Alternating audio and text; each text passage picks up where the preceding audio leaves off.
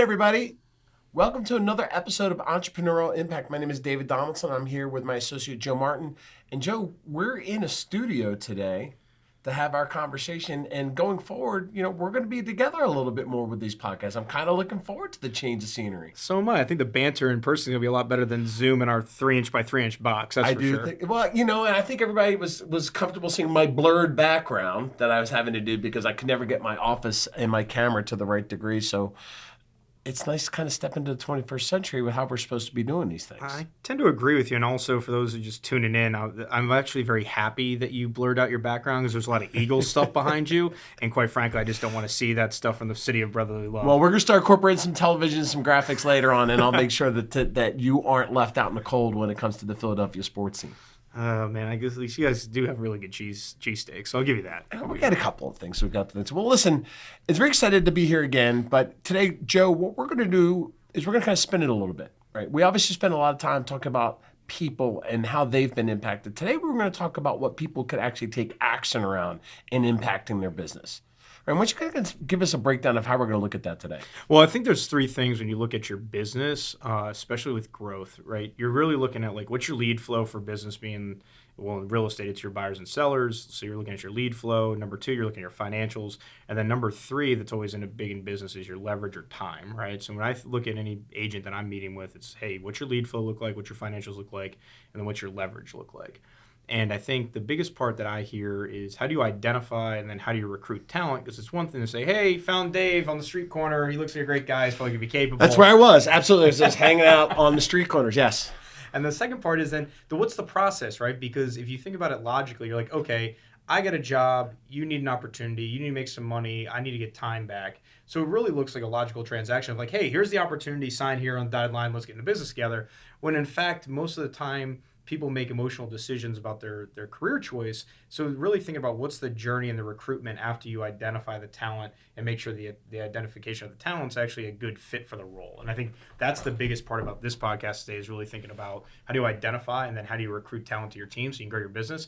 Because at the end of the day, the scope of your business, the level it grows to is going to be about the talent that's around it. And you can see that with any business inside and outside of real estate. And I think that's a really cool topic for us to talk about today. No, I love it. I think so many people look at real estate and they just say, well, building a business or recruiting talent, like you're in the business for yourself, aren't you? I think that because the majority of real estate agents do represent or work for those, people miss the understanding that, hey, there's a business inside of this model. There's a team growth aspect to this model. And actually identifying talent to grow the team is lost on a lot of people. Well, I think if you look at Kiyosaki's 4 quadrants, you're talking employee and then self-employed. And most of our agents are at a self-employed level. They're not actually running a business as a business owner and then eventually shifting to an investor. And I think the one key that you always have to think about is that in order to shift into the third and fourth quadrant of business owner and investor is that you got to get other people doing the day-to-day tasks to grow the business so that you're not tied and you can actually go create other opportunities at a future business to create opportunities for people. I think it's funny how quickly things can kind of go askew and you realize how many avenues there are inside of real estate, but focusing on the most important things, which is your lead generation, right? Closing and getting to the table. And inside of that model, right? Either you're doing it or you're doing it or you're doing it until you find somebody else to support you through that. So yeah, I think the way I look at this when I look at a business is that you've got 4 phases of a business. You've got I do it, then you have we do it, then they do it, and then there's theirs, right? And when you say I do it, it's that single solo entrepreneur, like everything's on me. We do it as, hey, finally got to a level of income where I can hire an admin or I can get some virtual support or whatever it may be. And now I'm successful enough that I feel like some buyers are going to come onto my team if you're talking about real estate. Then eventually from we do it to they do it, like we do it is I'm still actively engaged in it. They do it is now I'm just having a accountability session with the director of sales or the head of the company that says, hey, if I'm the board, like the chairman of the board and you're the CEO, that's really where they is. And then theirs is when you completely step out of it because the person running the company is actually at a level now where they don't need the accountability and insight from the board because they've taken ownership to that level where they're actually financially invested in the outcome and production of the business. So I think as you look at recruitment and identifying talent, you're always going from I do it to we do it to they do it to theirs. And a lot of times the hiccups happen right between we to they, because all of a sudden I'm like, oh, Dave, you've been doing this for 3 years. Here you go. And, yes, let me take that on from you. And I'm like, hey, it's they do it. But when actually Dave is thinking, no, it's more like we do it. But that's kind of like farther down the road. I think really just focusing in today is like, where do I find talent?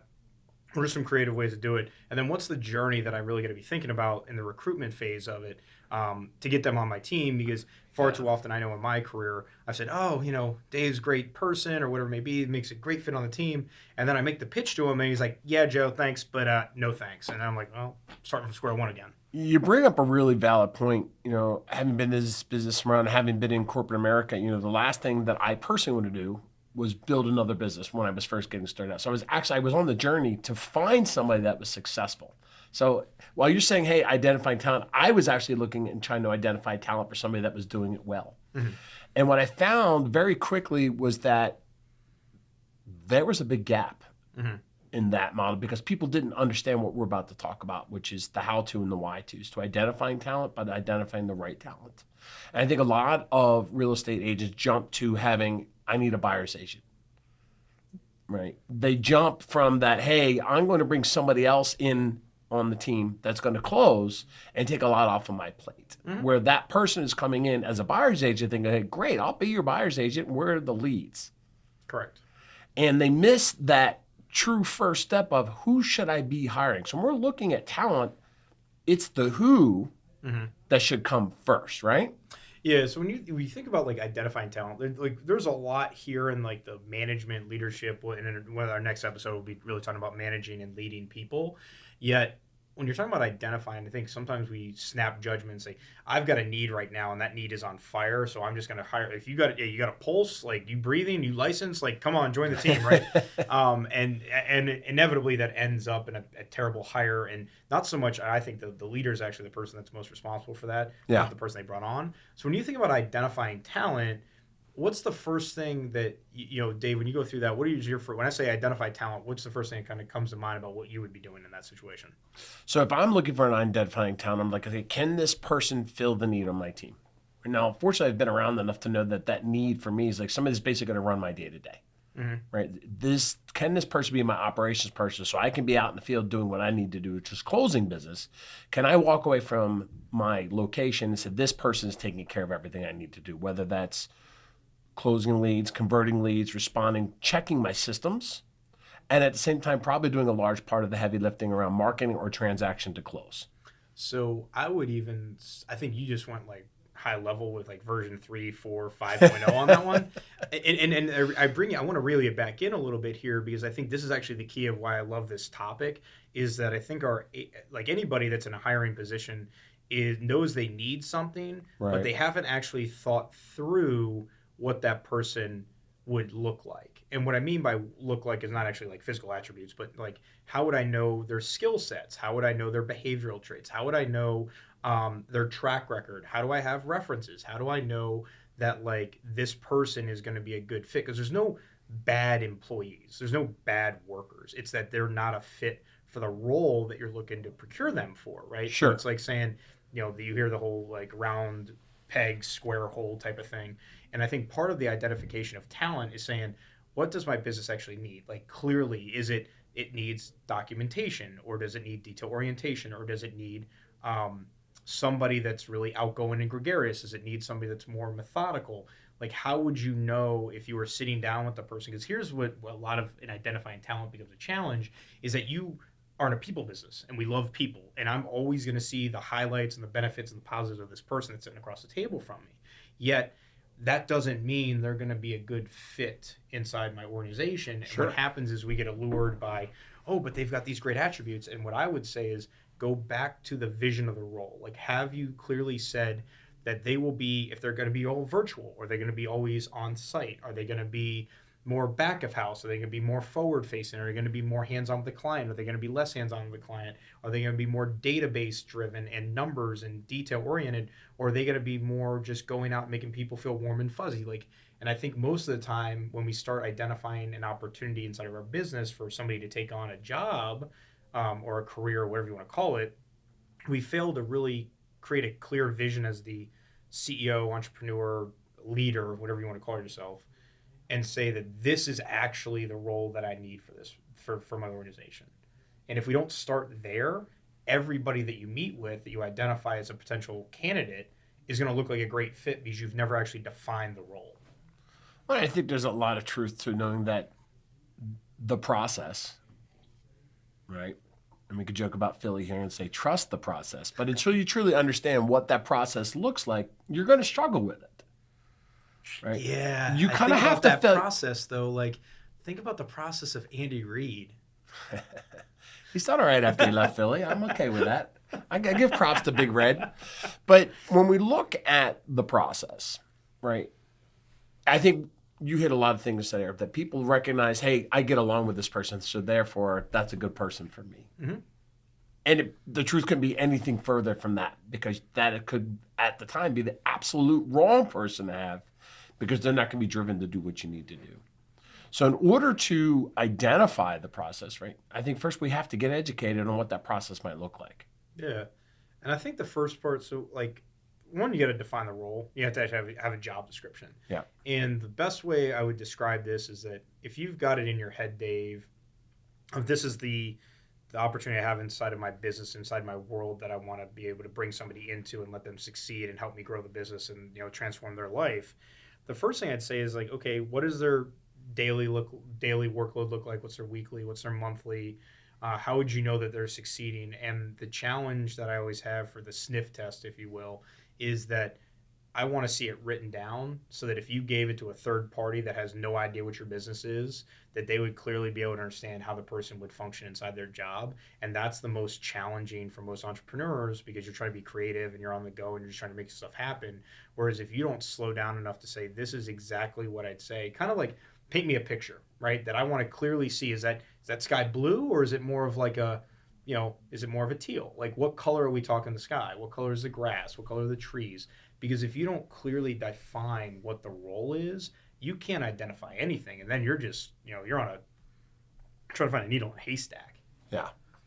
And I think that's the part of identifying. So get your role defined, start there. Because once you know what that is, it's kind of like if you were trying to go on a treasure hunt, right? So the whole season of Outer Banks came out, and you've got this ridiculous thing going on. My Joe's wife's trapped inside a 15-year-old's body over here watching shows called The Outer Banks. Yeah, I only know what that is because I have a 17-year-old that was waiting for that to drop. So my wife is, but actually I'm just going to front load that and say, yeah, it's totally my secret pleasure. But I think what's cool about when you see that thing is that you have a map and you've got clues and you've got a compass and you've got all these different things that are telling you which way the path is. So there's extreme clarity. And before we go into the tips and tricks on how to identify talent, is saying you need to clearly know what it's like. So for me, I know that anybody that works with me needs to move fast paced. I just don't work well with people that are slow. I'm not going to sit here and explain it 3-5 times. So you really have to identify it, of what the person's going to look like, what the role looks like, what they're going to look like to succeed. What does success look like? Because one of the biggest challenges you hear is that, the employee eventually says, well, I didn't feel supported. I wasn't trained well. I wasn't educated. Right? That always happens. And the reason behind that is the entrepreneur leader hasn't actually slowed down enough to say, this is what success looks like. This is what your day-to-day looks like. These are the roles and responsibilities, or key areas, key outcomes of the role, to say, this is how you know you're succeeding, because that's actually the failure of the leader, to not actually clearly say, this is what winning or losing looks like. And I see that's actually the biggest problem before you even get into identifying and recruiting talent. Yeah, right. Not just knowing of what you're going to do, but knowing what parts of your role you're going to offload. Yeah. The proper way, right? And you've got to spec that out. You've got to be self-aware to understand, these are my strengths, these are my weaknesses, going through that whole SWOT analysis for yourself, right? As opposed to just, I'm going to go find somebody that's going to take it off my plate. Yeah, some savior is going to come in and save They're going to walk you, right in the door. Yeah, exactly. No, that doesn't. If you hear my story, I came off of Craigslist, so it can't happen. But Yes. I think once you identify the role, like just to keep people moving and shaking here, I think the next one's just identifying talent, and there is no silver bullet for this one, right? This is talks about you here. What's your leadership bench? What's your talent bench? And if you're in business where you don't actually want to sell and be the active like salesperson or the active person driving businesses, you have to be constantly on the lookout for talent, just like you would be constantly looking for leads and prospects. In my experience, the best place to find talent are the people that are closest to you. So family, friends, colleagues, and even like third party partners that you might have affiliate businesses with that you actually do transactions with or whatever it may be. Because previous clients, yeah. Because here's the reality, right? Like we think that. Okay, I go. Let's think about the normal interview process. I'm gonna look at your resume. I'm gonna have maybe a 2-hour meeting with you. Then I'm gonna ask for references, and maybe I half do the references because I'm like, I'm just speed to like get this thing closed, and then we have this weird negotiation about my compensation, and then this is finally done, and then we get to work together. But I don't actually know anything about you. I don't really get to understand your track record, your thought process, your history, all that.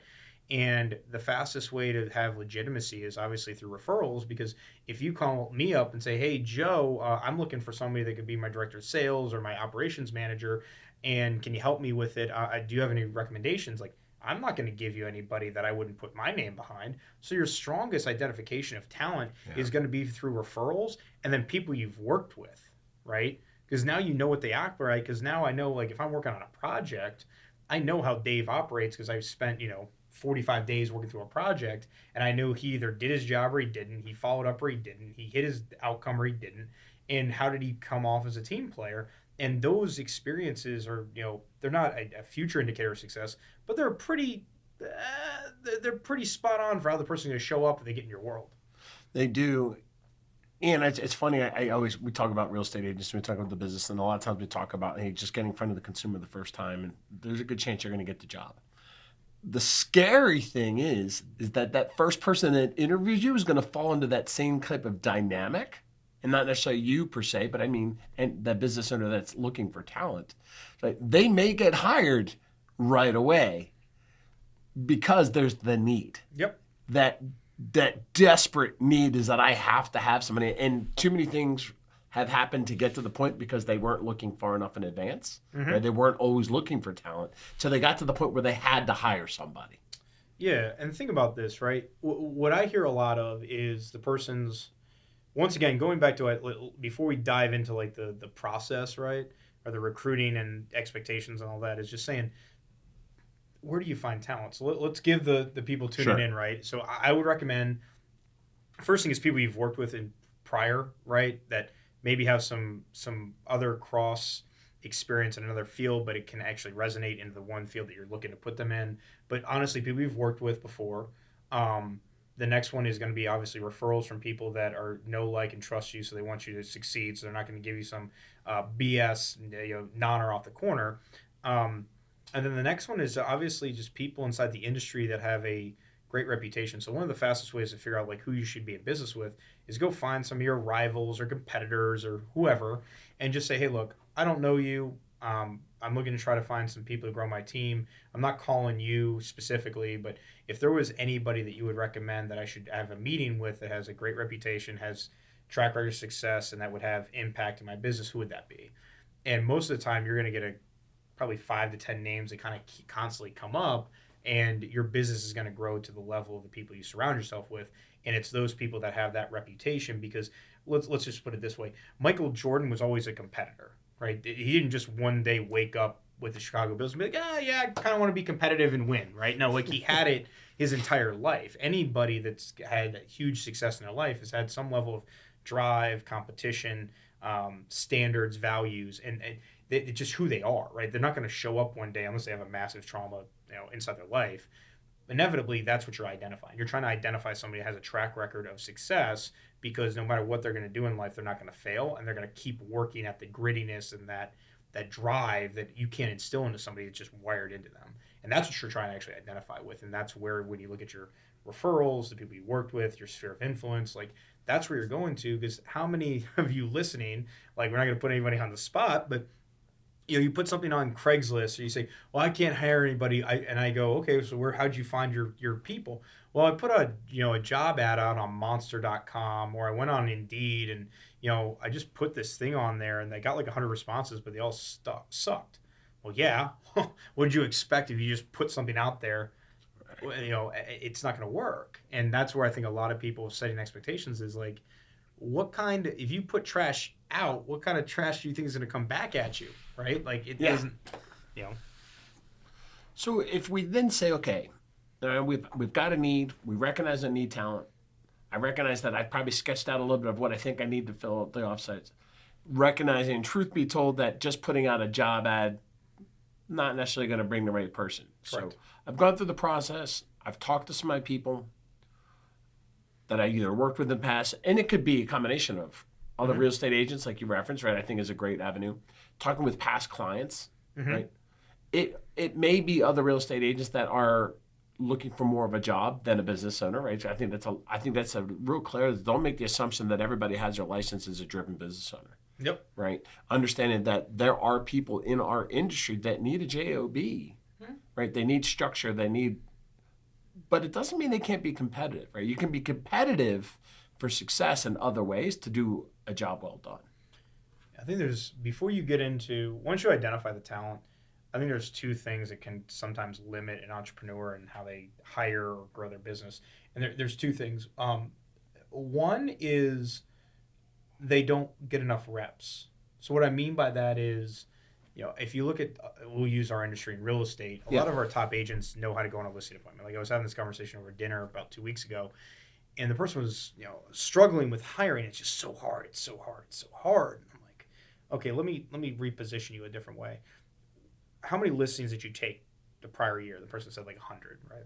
And I go, okay, how long have you been in the business? It's 7 years. I go, okay, when you took your first listing, how long did you prep for that listing?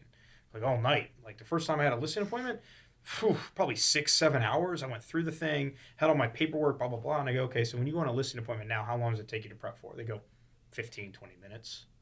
I go, what's the difference? And they go, well, I've been going on listing appointments for 7 years, and it's like clockwork. And I go, so how many recruiting appointments have you been on for talent? How many this month, this year? 3. Do you think it might be just because you're not getting enough reps, you're not comfortable with it? So the first part is recognizing that you're not going to hit a grand slam home run the first time you try to grow your business. You got to realize that just like my listing business, I sucked at it when I first started, and now I'm really good. So the first mindset thing is knowing that you got to get reps and be okay with that. Yeah, they're going to be like, oh, I'm wasting time, blah, blah, blah. But yeah, sometimes in your business, you got to go backwards to go forward. And this is one of the skill sets. Just because you're good at sales doesn't mean you're good at recruiting and attracting talent. But if you want to have a massive business, that's the skill set that's hard. That's the skill set that's limited. But if you can master that skill set, you unlock an opportunity and potential that most of your competitors, and by competitors I mean your other real estate agents, never actually do. Because look at how many, if you went into our board, okay, so we got 13,000 affiliates through NVAR. For right now. I mean, it'll probably go backwards. Yeah, it's going to go backwards. But think about that. If you said, okay, we have 13,000 affiliate or associates within Northern Virginia Association of Realtors, and I would say, okay, maybe 1,000 of them do more than 10 million, right? It's pretty easy. You sell 30 homes, you're going to do 10 million in sales volume, right? If not more in our market. Yeah.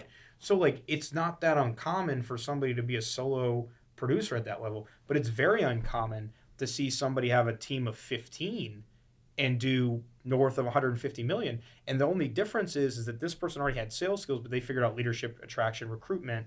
The $10 million person didn't. So the real question to most of you all is just say, hey, I realize I'm going to suck at this at the beginning, but I'm on a journey to actually get better about it. I think you hit something there. I think a lot of people think, hey, they get in the mindset or the frame of it's time for me to hire somebody, right? Yep. And that's a process in itself.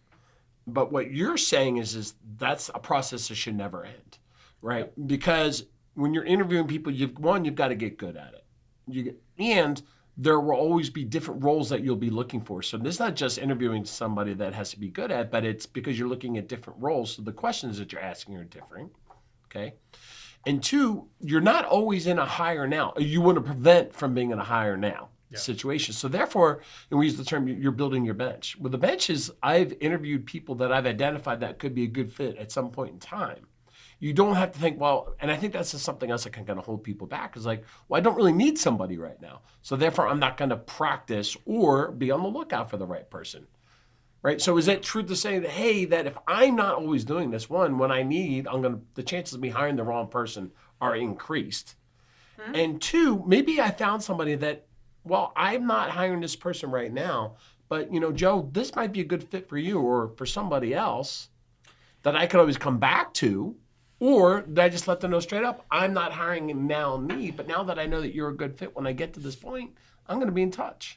I mean, I think the thing that goes around that one is instant gratification, right? That we live in a world that's instant gratification. Within 30 seconds, I can order food and have it in my hands within 25 minutes and somebody else delivers it to me, right? The same thing with Instacart and going to grocery shopping. Everybody wants a warm lead and they're unwilling to nurture. And I think the thing to remember is that the things that you see other people do that are really easy but are hard, what you don't see is the years, the hours put in to master a given skill set. So when you see somebody do something that's extremely hard because you've tried it, what you're failing to recognize is the journey of mastery that they've put behind it. So when you talk about the bench building, it's not only delayed gratification, but it's also a commitment to something that most people are unwilling to commit to because it's too, quote unquote, hard, right? Yeah. And what you're actually seeing with building a bench is actually the idea of planting seeds. And I think this is if I would give nothing else in this episode, is saying that when you place bets on things, you have to be neutral to how the outcome of that bet comes. Meaning, when you're trying to build a bench, there's going to be seeds that you put out that you're like, you water them, you plant them, and nothing comes of them, right? They go off into the ethos, and you're like, well, that was a waste of time. That was never getting that time back. But then there's going to be seeds that you put down, and you're like, they grow to maybe a foot, and you're like, well, that had the capability to be 6 feet, and it went to a foot, and that's the extent. Some of that is capacity on people, that you have such great vision and opportunity for the person, and they just underperform. Then there's the ones that meet your expectations, right? And you're like, well, that could be a 6-foot tree, and it came out to be a 6-foot tree. Like, I'm really happy about the expectation there. And then there's the outliers, the ones that you put out the seeds and the water and the nurture. And then there's also stuff you didn't do, and all of a sudden it turns into like a 100-foot tree, right? And the thing around it is that it's people, right? That you don't have the direct input-output that most people think about, that if I do enough lead generation, I'll get a sale.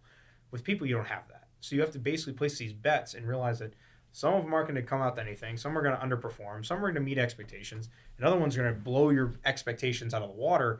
And it's going back to the bets of like, I don't have direct control. And I think that's why a lot of people think about the building of a bench is like, people are hard. Well, it's actually, if you look at a business, people are one of your most challenging assets, but they're also the ones that actually show up and can be exceeding expectations.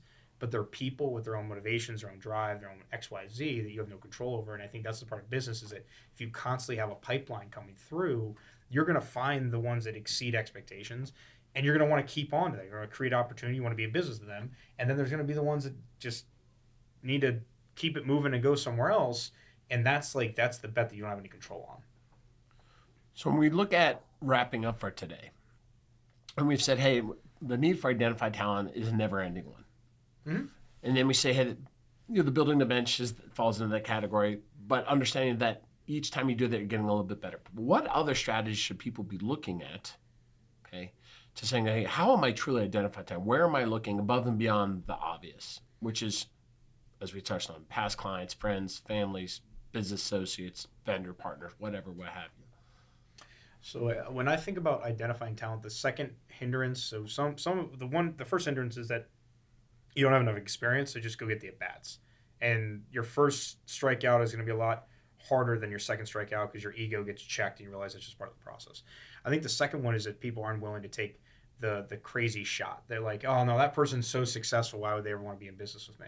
Well, it's always going to be a no unless you ask, right? And I think a lot of times it's saying that if you want to grow your business to this amazing thing, someone's got to start out. So at some point, Warren Buffett had to make his first dollar so that he could invest it, right? And the idea is that you got to take your shots, and you got to have some swag behind it. You got to have some confidence behind it, and you got to think about, okay, if I want to be an amazing business, I've got to go find amazing people. So who do I got to become as the leader, and then what other offerings do I need to create? What type of vision do I need to be committed to so that people like myself or even better than myself would want to be attracted to it? And I think that's part of the ego checking, is saying that, like, you have great value as a business owner. So what is that? Articulate that. How do you change somebody's life? Because when you go from identifying talent to recruiting them, the recruiting process is really simple. Let's just be very clear about the recruiting process. It's do a resume review. Does the resume review, when you look at Wait, it? do people still create resumes? Oh yeah, it's one of those things, man. Like, I'm not being completely real. I don't know about this generation. Are they still doing resumes? Right? Well, I mean, I think LinkedIn does it for you very quickly. I think they can automate something through AI. And if you can't figure out your resume review, there's something called Chat GPT. They can probably spit one out for you.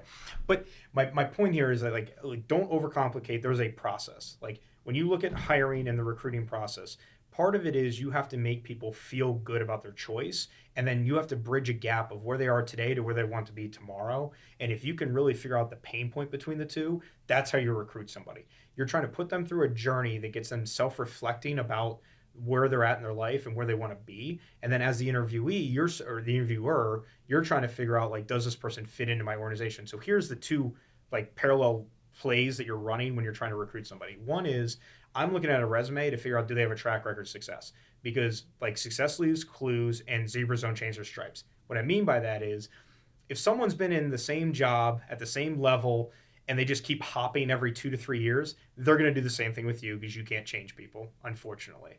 The next thing I'm looking at is reference checks, right? Because I'm going to call references, and if they don't get back to me within, like, probably a couple hours, and they're not giving raves and reviews, and they're not being completely transparent with me, and they're not saying, like, yo, if I could get in business with them, like, I would do it again. Like, it's going to be very clear that if you've got to hound references, the person's probably not a good fit, right? Yeah.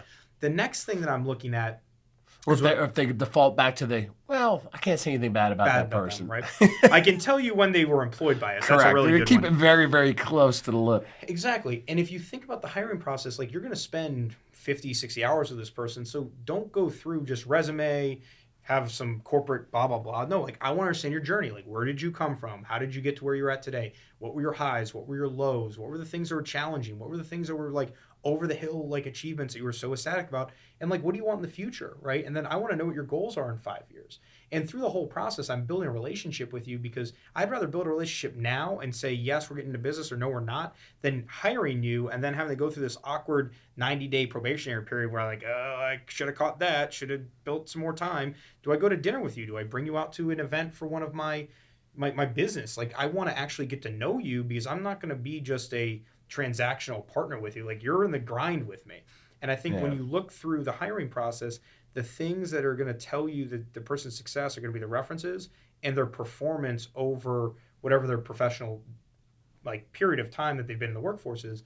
The second thing, so that's just, like, validating that you've, at least, I know that you're going to be talented. The second thing that I'm trying to do is, once I realize you're talented, and I'm going to figure that out, any capable leader is going to figure that out in probably about an hour or two of meeting with the person. The next thing is, now I've got to understand, what does Dave want in his life? Because right now you're at a certain level of success, and anybody that's driven wants future growth. So now I've got to sit here and figure out, where is Dave at? Where does he want to be in 5 years? How do I flex on him around the pain point of, so what are you going to do differently? Like, who are you going to be in business with? What environment needs to be changed? What opportunities need to be created? And who do you need to become to excel to that 5-year goal? So my recruitment strategy is, how do I get you to see where you're at today, see where you want to be in the future, ask some questions that might be painful about, like, so what happens if you don't do that? What happens if you don't take an opportunity? What does it look like for you to go backwards, or, like, do you need to stay there? And if I can get you to inflect on some pain points that might cause you to think about what I miss out by not making a change or coming to work for me, or not work for, but with me, I want you to see what your opportunity gain could be, but I also want you to know what you could be missing out on if you don't look at this opportunity as something that can actually better you, your family, your professional growth, all those type of things. So you have to be constantly battling, does the person, one, qualify for the job, but number two, what kind of thing do I need to actually create for them so that they see the bigger opportunity of why they would want to change? Because anybody that's a highly talented person is usually already gainfully employed. I think this was definitely a deep topic. We'll probably bring this up again in another one of And our that was my podcasts. thought. Yeah. But I think just identifying, I think like 3 takeaways from everybody that's tuned in is really like put a focus on what do you want the job role to be. Be very clear about that, because half the time you're just not clear about what you're looking for. Like, are you looking for, is it a blue car? Is it a black car? Is it a white car? Like, be clear about what the job opportunity is. Then figure out your people's track record. Like, understand who they are and actually be invested in getting to know somebody, because far too often your motivation is I need to get them hired, or in fact you should say let me be present to know who they are. And then the third part is what's the future of that person, because if I understand the future of the person, I can then be a better leader to make sure that I'm fulfilling what their needs are in the future. And I think those are from identifying talent all the way through the recruiting process. Yeah. And I'll leave this as we wrap up this episode is saying, when you hire the right person and you hire that person who has an unlimited ceiling, you better be prepared and be able to provide that person the ability to grow as well. Huge. Right? So you're not just hiring for a now, you're hiring for where you want to go. Yeah. And they're going to be there with you. For sure. So anyway, I want to say just thanks, Dave. You and I sitting down actually in person onward here. But for Entrepreneur Impact, thank you for tuning in and listening to how you identify and recruit talent. And until next time, see you later. Have a great day.